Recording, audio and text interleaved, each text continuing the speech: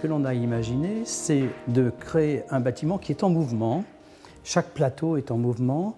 D'un côté, on a effectivement un grand axe, carrefour. On est à un endroit qui est un pivot du point de vue des flux et de la mobilité sur l'île, mais on est aussi adossé à la voie ferrée. On a donc un bâtiment très inscrit et un travail architectural qui est dans un rythme très géométrique, industriel, répétitif, qui s'intéresse justement à une réelle qualité d'évolution à l'intérieur. C'est-à-dire, si ce bâtiment, un jour, doit être transformé en coworking ou en Fab Lab, c'est possible. C'est-à-dire, non seulement une inscription très marquée sur le territoire, mais aussi une évolution très large par rapport à une vision globale.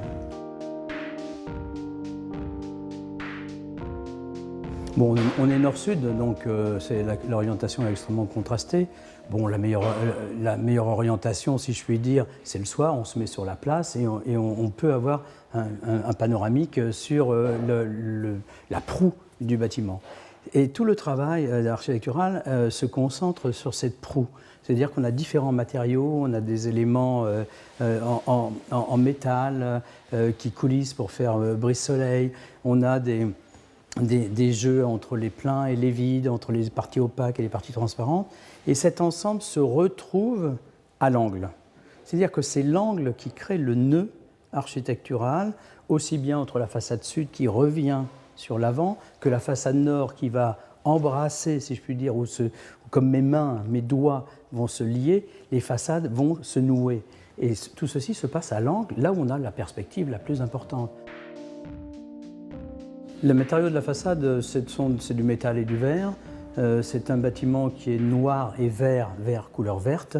Toutes les sous-faces que l'on voit à partir de la rue sont en inox polymiroir.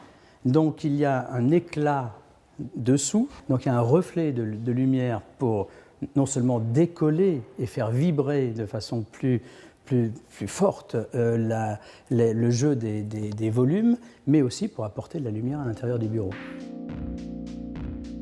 Les brise-soleil sont les parties qui sont des éléments industriels que l'on dessine et plus exactement que l'on appareille de façon très précise pour qu'ils deviennent des éléments de façade et d'architecture.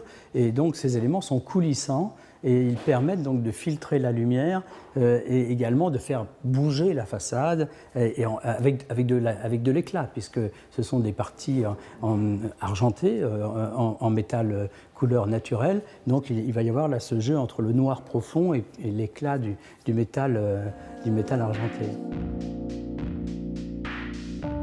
Bon, l'idée c'est pour montrer que c'est le même volume mais qui est évidé.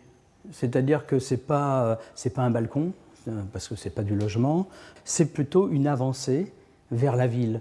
Et donc sur cette terrasse, évidemment, on peut y organiser des déjeuners, on peut y organiser des soirées, on peut y organiser rien.